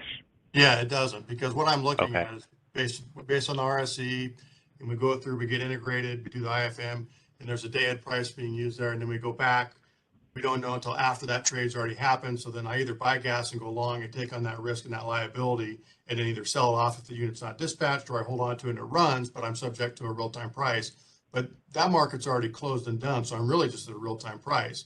If there's no liquidity out there, how do we get real information on what that price is really at to calculate this 110% in my, you know, in my energy bid, and then also in addition to the 125 that goes into my commitment cost for my min load and such. But yeah, I'm saying I don't think this covers it. And I go to a real extreme example. You know, if you look at what's happened in Texas, and the market's scared of that happening every year now because it happened a couple of years ago.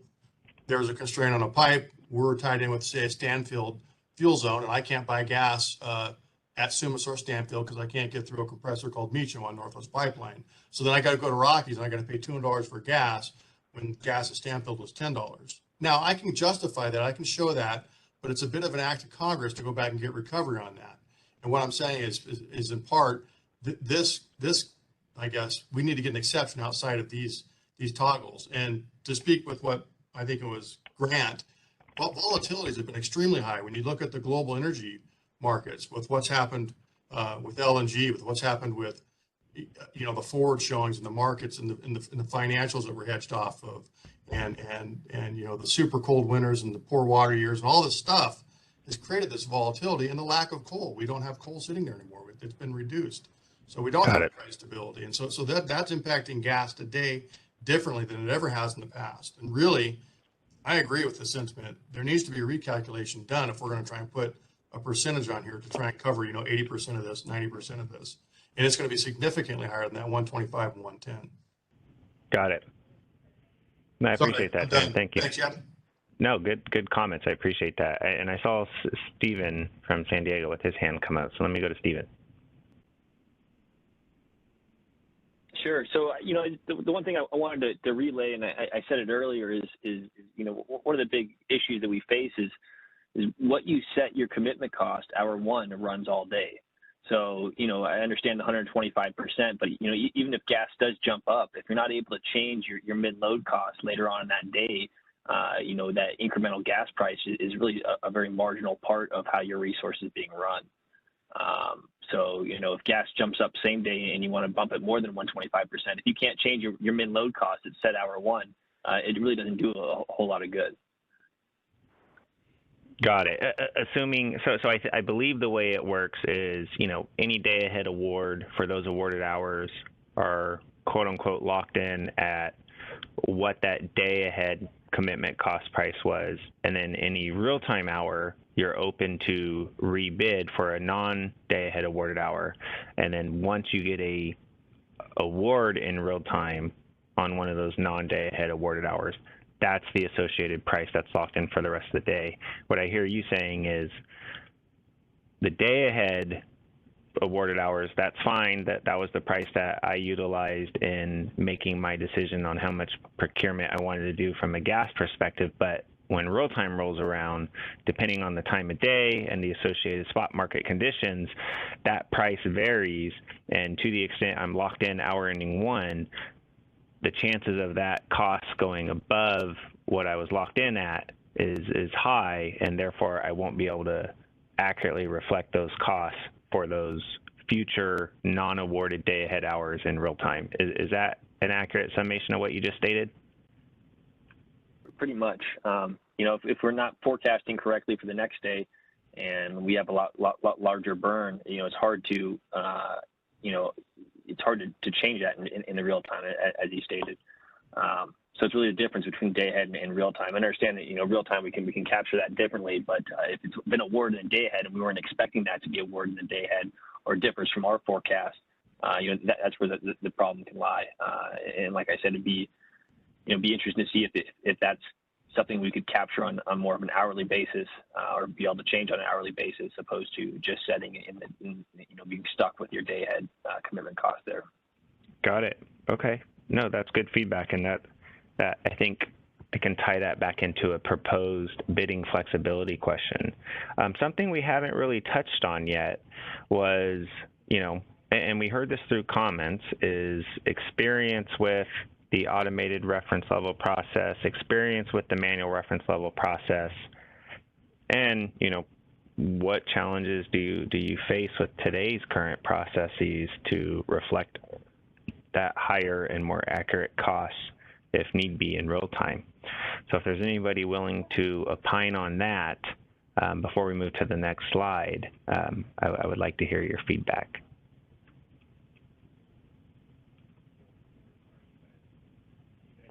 All right, I'm not hearing anything. So I think if I had to very quickly summarize without going back and listening to this conversation, some of the things that need to be included in the problem statement is, based on that real-time volatility from a gas price perspective, individuals need the ability to represent more than one minimum load cost. Individuals run into that 125% cap and believe it's not sufficient. So maybe we can do some analytics on our side to see how often that from an aggregate perspective, is that 125% being utilized, and see what the data tells us there. So I think I have what I need to propose a problem statement in the discussion paper. So I appreciate everyone weighing in there. Is there any other comments around bidding flexibility? I haven't heard anything around the opportunity costs. So the organization that kind of talked a little bit about that in their comments, to the extent you're willing to raise your hand and chime in and opine on what is meant by that and how that feeds into the problem statement, I would appreciate it. Robert Fisher, thank you, sir. Mark, can you hear me? Yes, sir. Okay, just want to make sure all my mutes are off. So I can speak briefly in regards to our issues, or not issues, but conflicts we've had in regards to the opportunity cost. A lot of the opportunity cost calculation aspects were really designed for specific CAISO situations and not for anything outside of that. We ran into issues, especially with the component where the contract negotiation aspect of the opportunity cost had expired. We had some situations specific to our balancing authority that fit generally into that area, but there was no opportunity to map those types of things. I think there needs to be some expansion upon the different opportunity cost adders, as well as I think there needs to be some more clarification in regards to the data for the opportunity cost. When we got our results, it was basically stated that it was 0. We didn't really get any information in regards to how close we were to having additional opportunity costs. None of that data is published, and how often it's actually being used. So I think there's some data expansions in regards to that as well. So just wanted to kind of throw out some of our experience in regards to that. No, I appreciate that. Does anybody have any thoughts on that from the community, or is there anybody from the ISO that would like to weigh in on that? Feel free to raise your hand. If not, Robert, I appreciate you providing a bit more context there, and I can absolutely take that back with the team to see how to proceed there from a problem perspective. All right. Any last comments on bidding flexibility? And I think what I'll do, Isabella, is I'll maybe ask for let's say 3 to 5 minute break. You know, we've been about an hour and a half, give individuals an opportunity to stretch their legs, use the restroom if they need to be, grab a snack, grab a water, and then maybe kind of come back to slide 11 here at 10:40. It's 10:35 right now. Does that sound okay? Yep, let's come back at 10:40. All right, fantastic. And I appreciate everyone's time up to this point, and I look forward to talking about cost recovery mechanisms. Thank you.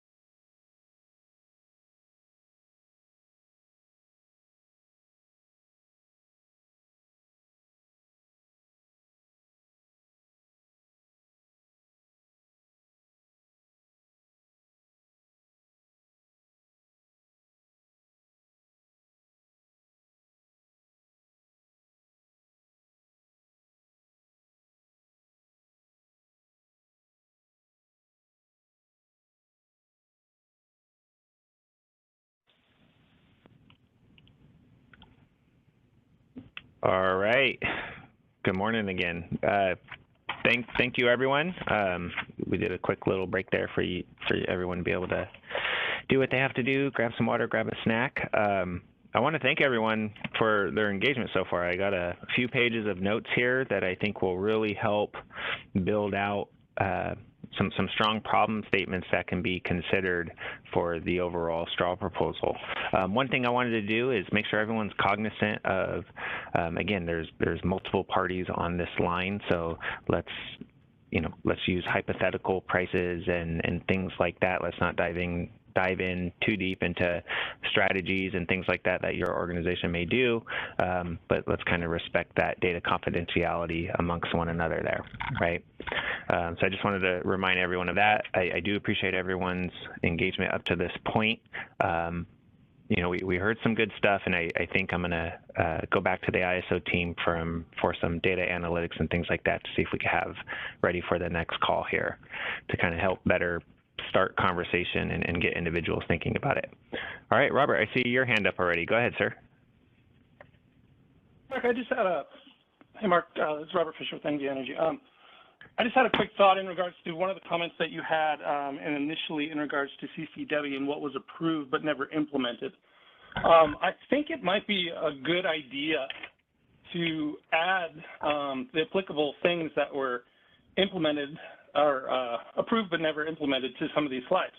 Because if these are tasks that have already been discussed and went through the policy discussion and would fit into each one of these aspects and a solution was found or agreed upon, it might be a great way or a good segue into understanding and fixing the problem for each one of these items.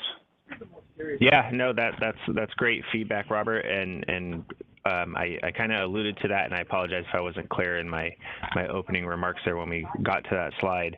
I absolutely anticipate being ready by the next call to kind of tie in as it pertains to these problem statements and kind of test whether or not that solution still fits and still meets the associated problem, and then kind of take it from there.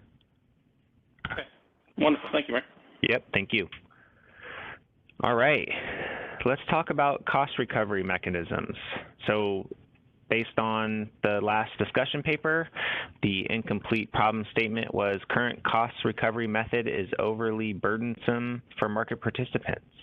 And I did want to highlight this issue is specifically related to aftermarket recovery of those costs that were not adequately covered by market revenues. One of the themes we heard from comments was the mitigation of bids, right? So one of the tools in the tool bag for marketers to represent those costs is to represent a higher energy bid. However, when doing so, this particular commenter highlighted that to the extent I'm mitigated, now I'm kind of forced to follow this cost recovery mechanism that's in place today.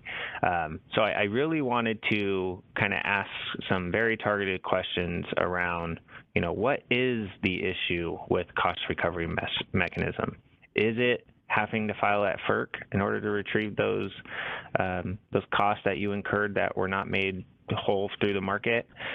Is there issues with the current requirements for qualification? Reference level change request process specifically.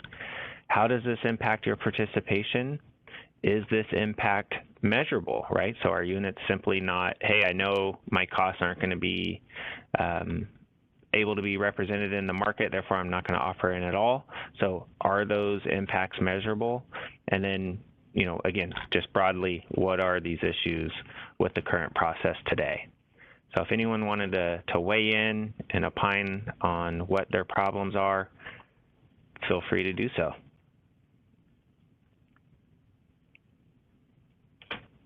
Or is the current cost recovery mechanism good? Does it suffice? Does it meet the needs of participants? Again, this was an issue we heard through the last call as well as through several conversations from previous initiatives around this particular topic.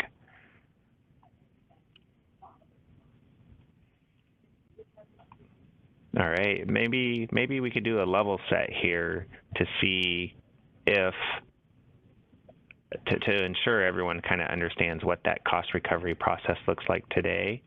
And then that will kind of tie in what I mean by FERC filing there. Katie, if you're still on the line, would you mind at a very high level just giving a very 100,000 foot level overview of what that cost recovery mechanism looks like today? I see your hand up. Go for it. Thank you. Yeah, sure, Mark, thanks. So, with the the CCW provisions that we implemented a few years back, one of the things that we implemented was an avenue for aftermarket cost recovery. And maybe without getting too much into the details at this point, I can speak at a high level. Generally, the way that we facilitate that framework is that the scheduling coordinators need to come in first through the pre-market processes that we've established for requesting that higher cost to be used in their reference levels. So that would be either the automated or the manual reference level change request process. And we have publicly posted all the details that one sort of needs to follow and the boxes that need to be checked to go through that process in our BPMs. So generally, that's kind of the way that process works, is that if you go through one of those avenues and you're still short on the costs, and we go through the process and see that you've met the criteria, we can consider processing aftermarket cost recovery on those commitment costs and default energy bids. Thank you, Katie. And maybe I'll, for the individual that made the comment around bid mitigation, are you stating that, when those bids get mitigated, that is your only avenue, and you're having challenges with that avenue that Katie just laid out to kind of seek that recovery? If you wouldn't mind raising your hand and chiming in on that.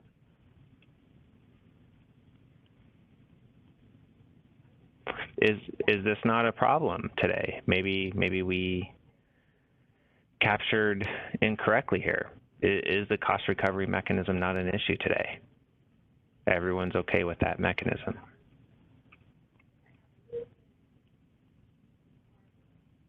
I'm not hearing anything, so that tells me it's not an issue. Any of the Northwest parties, to the extent you've had to deal with cost recovery from a gas resource in the real-time market, what was your experience? Was it fluid? Did it make sense? Were you able to walk through it without an issue? Or any of the Southwest parties? All right, Darren, thank you for bailing me out here. Go ahead. Anyone here ever done a level reference change request, whether it's automated or manual?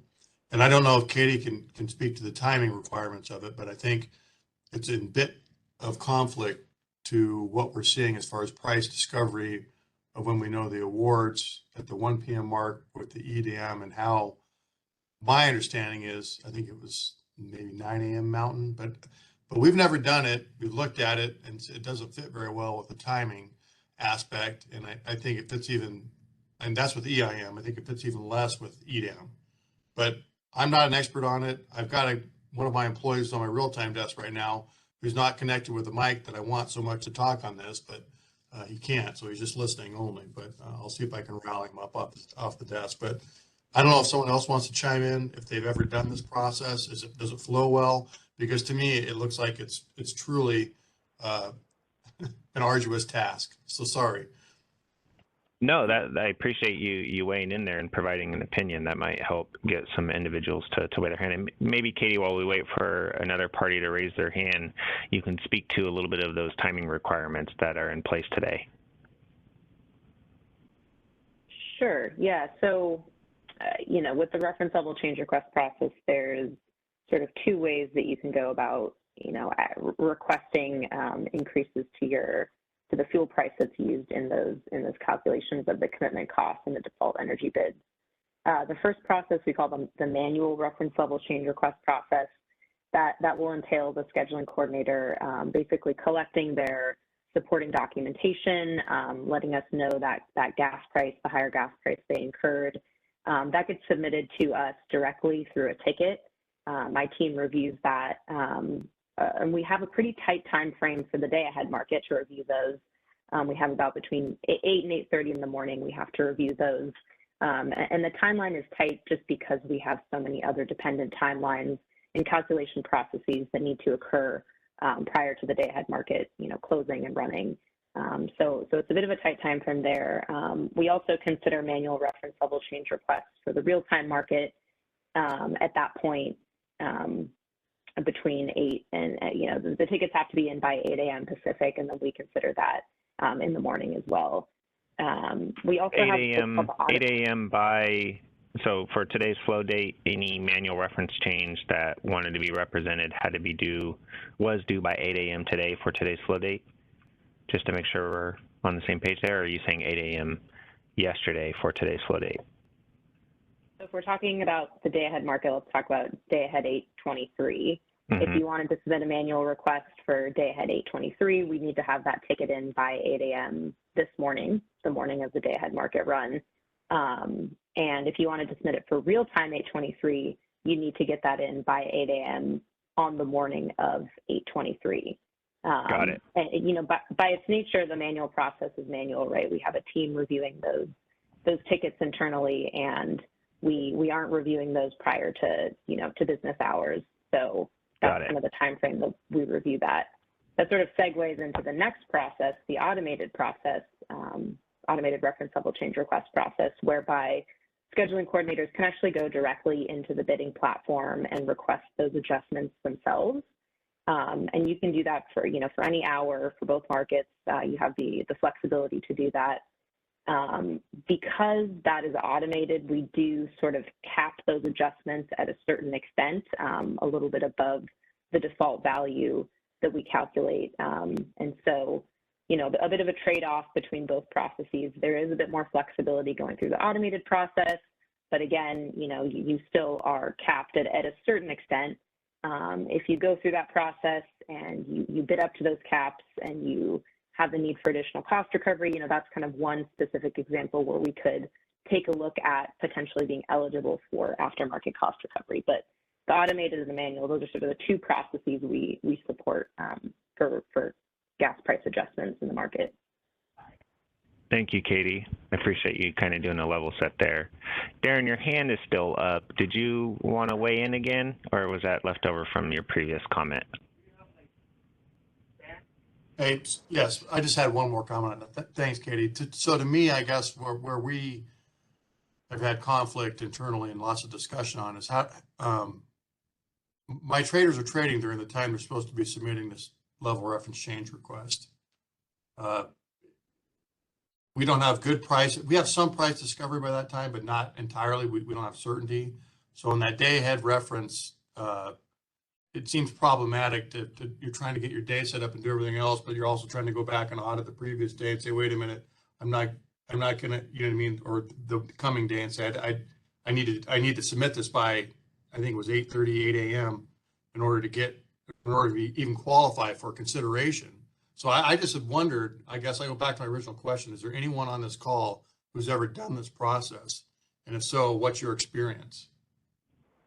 I don't know if I can ask that. Yeah, no, I appreciate you asking it. You're helping out my job here. All right, Stuart Kelly from LA, I saw your hand come up. And I guess, you know, maybe before Stuart chiming in, Darren, you kind of spurred my thought there was, you know, you mentioned price discovery as well as the current deadline time for at least for the real-time not price correction, excuse me, to be able to represent this manual reference level change request. You know, why does it have to be? Is the deadline simply, you know, in place to allow the associated teams internally processing that to reflect those costs, or should there be a deadline? And, you know, if you get it in, you know, if one is processed, it reflects 3 hours from now in the associated price from real time and things like that. So I'm just trying to think about it from a problem statement perspective, you know, outside of, I haven't heard the method being overly burdensome yet, which is what we captured prior, but maybe the associated timelines are too strict, and that's part of that associated problem statement. But let me go to Stuart. Yeah, I would just echo everything you said, Darren. It is burdensome along with time and the information not being available. So it just leads you to, and maybe that's the problem statement, is there a better way and a more efficient way to actually do this on a daily basis? Yeah, and efficient was one of those, efficiency is one of those principles we had talked about early on that kind of stuck with everybody, and everyone kind of agreed with that. Does the current process meet that principle? And I heard it being burdensome. I heard the associated timeline restrictions not necessarily being in place. I also heard a piece of transparency around price discovery. Now, I'm not a trader, and I'm not asking individuals to weigh in on what that price discovery means externally as it pertains to real-time gas. But, is there an opportunity there, at least from an ISO perspective, to provide more information around that price discovery? So I appreciate that, Stuart. Did you have any other comments before I ask anyone else to weigh in around cost recovery? I'm good, thanks. All right, thank you. All right, any other comments here on cost recovery? Based on discussion, I know we're not talking about prioritization and things like that. This one so far, at least, go ahead, Darren from Idaho. You muted yourself. There you go. I double muted. Hey, I grabbed my real-time expert here. Fantastic. It's Kevin Stroud. Kevin Stroud. My understanding is if we don't submit the reference level adjustment, then we're not even eligible for submitting for bid cost recovery through, I think it's done through a city ticket. So it seems like it's just an additional layer of difficulty. And not to mention those, going back to just the process of the reference level change request, but when you submit a manual, again, also through city, say by, I think it's the 8 a.m. Pacific deadline, that may not get approved till, I'm going to throw out a number here, hour ending 13 forward through the balance of the day, which is skipping quite a few morning hours for the real-time market specifically, not necessarily the day-ahead market. Got it. And for those morning hours, just for my own knowledge, would that be from 7 a.m. forward, kind of, again? So at the point when you're recognizing same-day gas price being, the price discovery to the point of whatever power trading market is transacting. So, what would that timing be? Hour ending 7 through 12, maybe missed. Got it. Okay. So I'm hearing burdensome is definitely an item and word that needs to be included in that, and manual, right? Why does it have to be manual when we think about, does feasibility from a principal perspective hold up to that test? All right, no, good feedback. Anyone else willing to weigh in on this cost recovery mechanisms and potentially throw out another idea around what should be included in the problem statement here?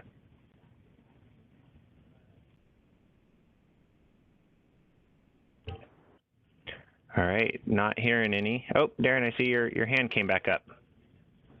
That's Kevin's hand. Yeah, the other Kevin. point on, it's me again. The other point on the automated process that was so tedious is we don't have a UI or API that interfaces with changing those hourly bids directly into Cyber. So it's completely a manual process. So let's just say 24 hours of bid modifications times the quantity of participating units in the market is a lot of work to try to modify all these. And, maybe there's a vendor out there who does it, but we don't currently subscribe to that. And I'm not sure of anyone else who does. So it's just a lot of manual, cumbersome process changes that we're having to make simply to tell the market what same-day gas price that you need to be using.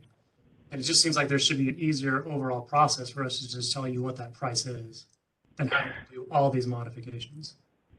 So I heard you say the process is at a per unit level. So you're saying, hey, instead of per unit, maybe make it for any unit that's associated to this particular fuel zone, here's the new price. Yeah, because it has to be modified per hour. Right. Okay. Good feedback. Thank you, Kevin. Mark, I had to get all in. I got to jump off the call. Thanks. Sorry to be arguing. Okay. No problem. Appreciate your guys' engagement. All right. I'm not hearing anything else, so let's go to the next slide here. All right. Resource-specific limitations.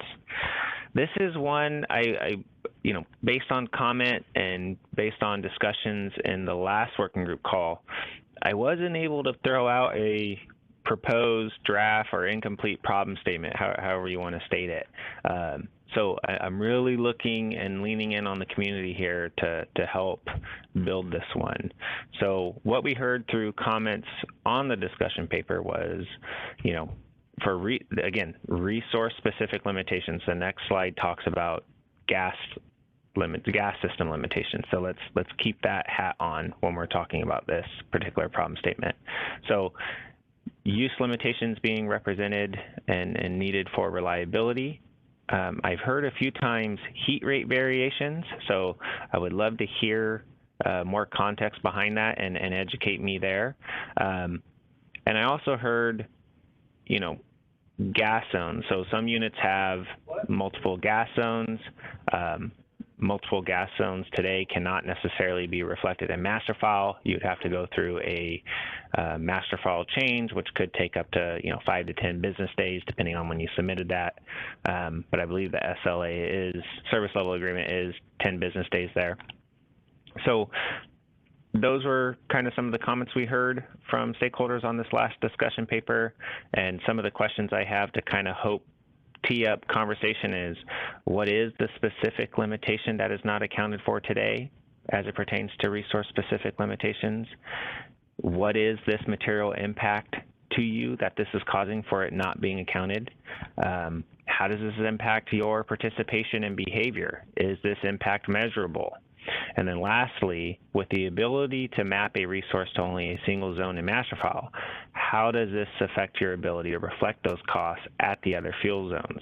How quick would a fuel zone change need to be made to kind of warrant a desired outcome there? Michelle from LA, I saw your hand come up. Thank you. So I guess I'm just going to add to this because I see resource specific limitations. I don't know. Do you guys have a slide for pipeline specific limitations? Yeah, then the next slide talks about gas system limitations. Okay, which is where the pipeline will fill in. Okay, I'll wait to comment on to that that specific. Okay, so since I have you, Michelle, do you have any comments or any proposal around or any experience with resource-specific limitations, heat rate variations, the need to potentially map multiple gas zones to a single unit? Well, yes, it's more on the multiple gas zones available, and mainly because we were talking about the charges. Right now, like all the in-basin units for LA are in one zone, but really the charges, depending on the city, might be different, and that could actually change the way that the dispatch that resource gets dispatched, because the surcharges are different based on the city. But in the model, in the CAISO model, it only sees it as one zone. So I do see that as a limitation. That pricing, it could actually be very different the way that it's being priced right now. So we might have to look a little bit more into the zones itself. Got it. Because I did hear a little bit earlier around, when we were talking about gas transportation rates, the ability to represent and create that custom zone. I don't know if those are necessarily transportation rates when you talk about that surcharge, or maybe those surcharges don't quote unquote qualify for an additional cost to be reflected when building out a custom zone, but I appreciate that feedback. Yeah, and then the heat rate variation, I mean, this one's could be complicated because the way that those heat rate, it's the own entity that reports them, right? So if an entity is not doing testing at various loads, then you might not have the most accurate information. So although there's variations, I think that goes hand in hand with the end user and making sure to provide that information in CAISO. I know from LA, we've been doing a lot of testing to ensure that we reflect the most accurate heat rates.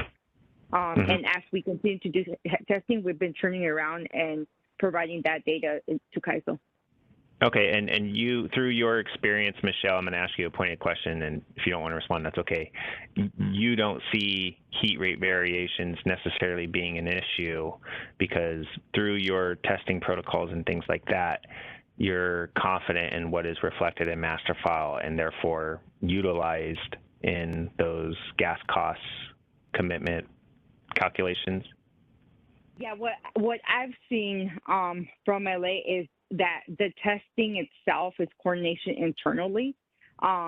So it's for information that we are providing is the most accurate information that we have as of right now. Do we need to refine it as an entity? Yes, we still need to do testing at various loads. But I don't see that as a CAISO issue. I see it as an entity. Got it. Okay. Appreciate your feedback. Thank you for being willing to weigh in. Anyone else willing to speak to this specific topic? Are there resource-specific limitations that are problems? Right? Should this be considered for the straw proposal on this particular policy matter?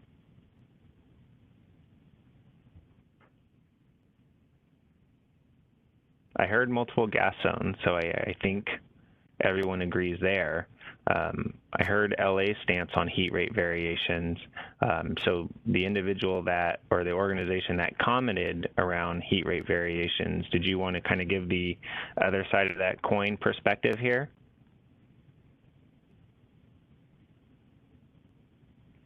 Or are we okay with removing this as a problem altogether?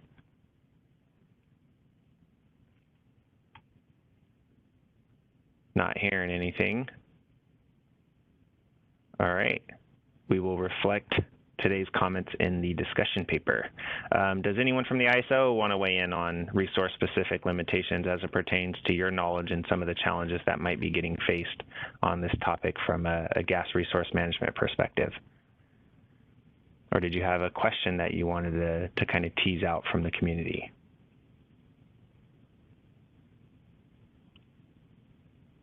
Not hearing any. All right, let's go to the next slide. All right, gas system limitations. And Michelle, I see you up there, so let me kind of frame it up and then I'll turn it over to you. So again, through previous discussions, through the associated discussion paper and our last call, I didn't get enough information to really formulate a problem statement. Right, so here's some of the things I heard on this last round of comments: accounting for differences in storage capabilities, gas burn limits by the gas company, operational flow orders, gas system maintenance and min-max burn limits, loss of firm transportation, and liquidity. I'm trying to see how those specific comments can form a problem statement through the lens of ISO markets. So the three questions I have is, which limitation specifically is not accounted for today? Are there reliability challenges without these limits or limitations being reflected? How does this impact your participation behavior? Is this impact measurable? And then if cost recovery mechanisms accounted for this, would this still be an issue today? So let me go to Michelle first, and again, I encourage a collaborative discussion from everybody. So if you wanted to weigh in on this topic, your engagement would be appreciated. So go ahead, Michelle. So I think this specific topic on the gas system limitations is actually very important, and right now, the market does not take any of this into consideration. One of the things that I think maybe we could implement, if we take into consideration the volumes, and after the last cycle, we do not have any access to procure additional gas, and I'm talking about if they dispatch us and we don't have gas, is implementing that operational flow order penalty into the bid, and that might be like more of a bidding strategy component. But the problem that I see here is, if CAISO model isn't taking this into consideration, they might actually deck us down, because that would increase the bid price, right? So hold on one second, Michelle. Are you saying? I hear you specifically talking about the operational flow order. So you're saying today, from a gas system limitation perspective, when these orders are issued, there's no way to reflect those costs by an entity in their associated bid price, correct? Is that what I'm hearing? Correct. Okay. And then, but then you caveated that with after a certain cycle cutoff time. Can you weigh in a little bit more on that for me? I'll post this as an example. Okay. Let's say that we are in a hypothetical example, right? Let's not use real prices. Hypothetical, okay. Hypothetical example. Let's say SoCal declares a low operational flow order. We have a maximum burn of 200,000. Okay. And we go ahead and the market dispatches us during the day. The model saying that we're going to actually burn 220. Before ID3, we could go ahead and procure that gas. So let's say that now our maximum burn is 230,000. And after ID3, which is 5:15, we could always request 15 minutes grace period. After ID3, if the market dispatches any other units that were not accounted before or forecasted, then there should be a mechanism where we could implement that operational flow order penalty that is driven by the state. It goes from 25 cents all the way to $50 per MMBTU, depending on the operational flow order stage. And I think that's something that should be considered.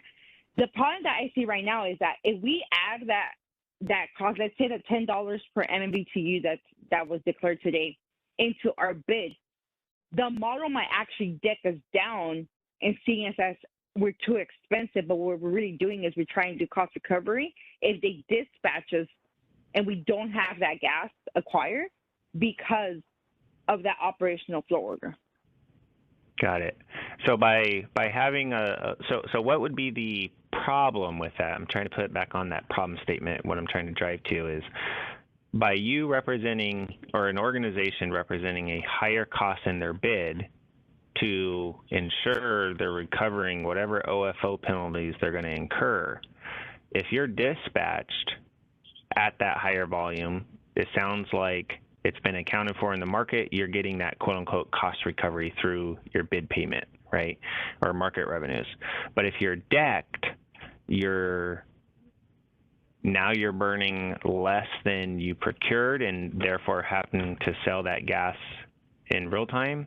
I'm trying to understand. So I see you reflecting those costs in your bid as you're still able to account for those costs, but I'm trying to understand the decrement side. So if you're not picked up because you're reflecting those in that cost, isn't that a quote unquote good thing because now you're not exposed to those penalties? Help me understand that, Michelle.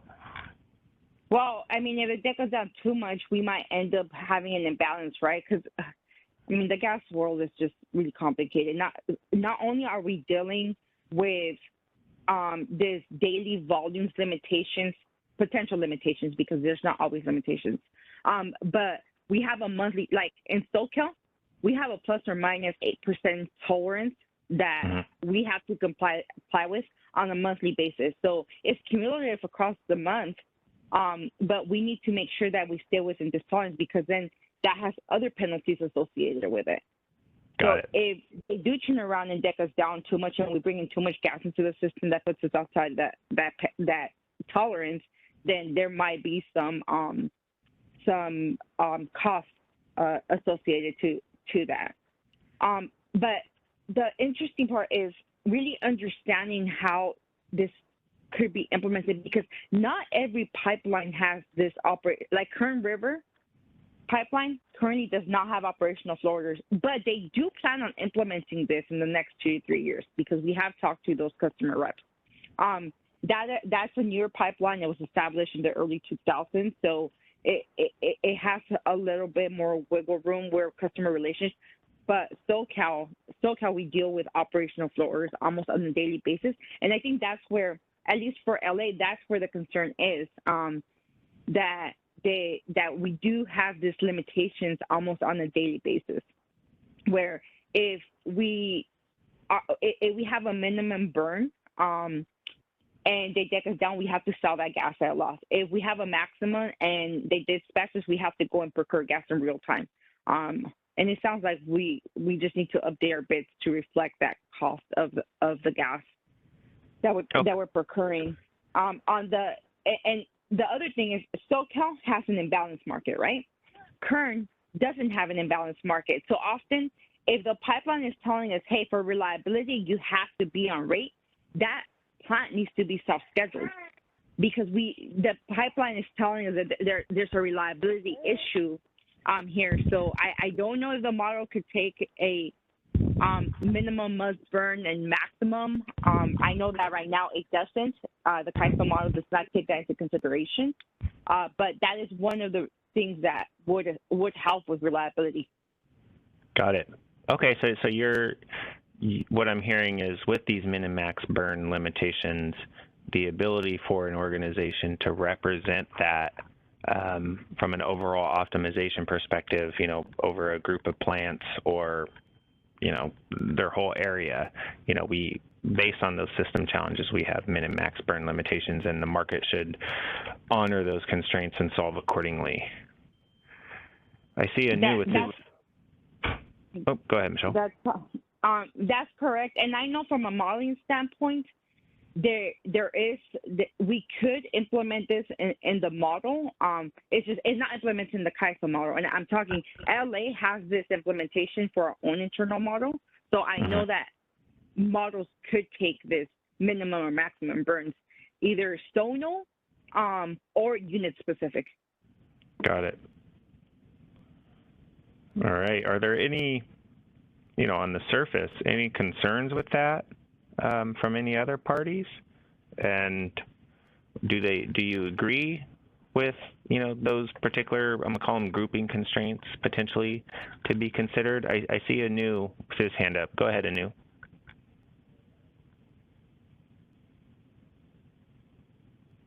You're on mute on your end. Can you hear me okay now? Yeah, go ahead.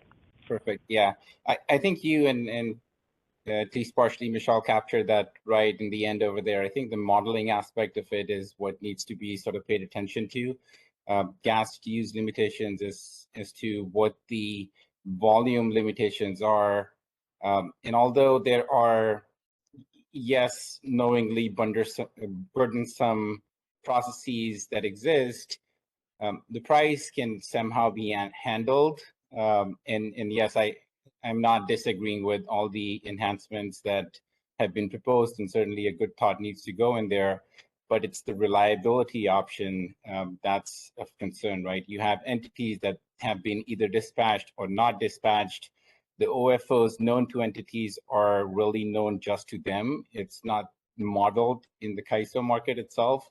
And so what needs to be included in the problem statement itself is how do we model that so that the run itself keeps in mind the volume of those limitations and the units impacted based on the ambient heat rate conditions and whatnot, and does not push the volume limits of the pipelines. Right, that's what needs to be modeled. Got it. Okay, no, I appreciate you chiming in there regarding the problem statement specifically. That helps. All right, anyone, so I heard from LA, any other Southwest parties like to weigh in, or up north, some of you parties? What are some of the gas system limitations your organization faces today that should be considered from a problem statement perspective in the straw proposal? Or is everyone else not having gas system limitation issues and they're good to go? I heard about storage capabilities earlier. So to the extent you wanted to weigh in there, how to account for differences in storage capabilities and what exactly that means and how that translates to a problem statement, I'd appreciate you guys weighing in there.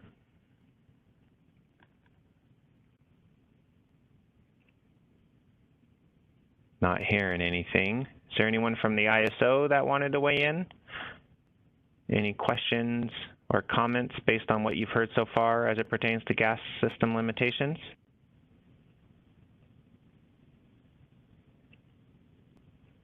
All right, not hearing any.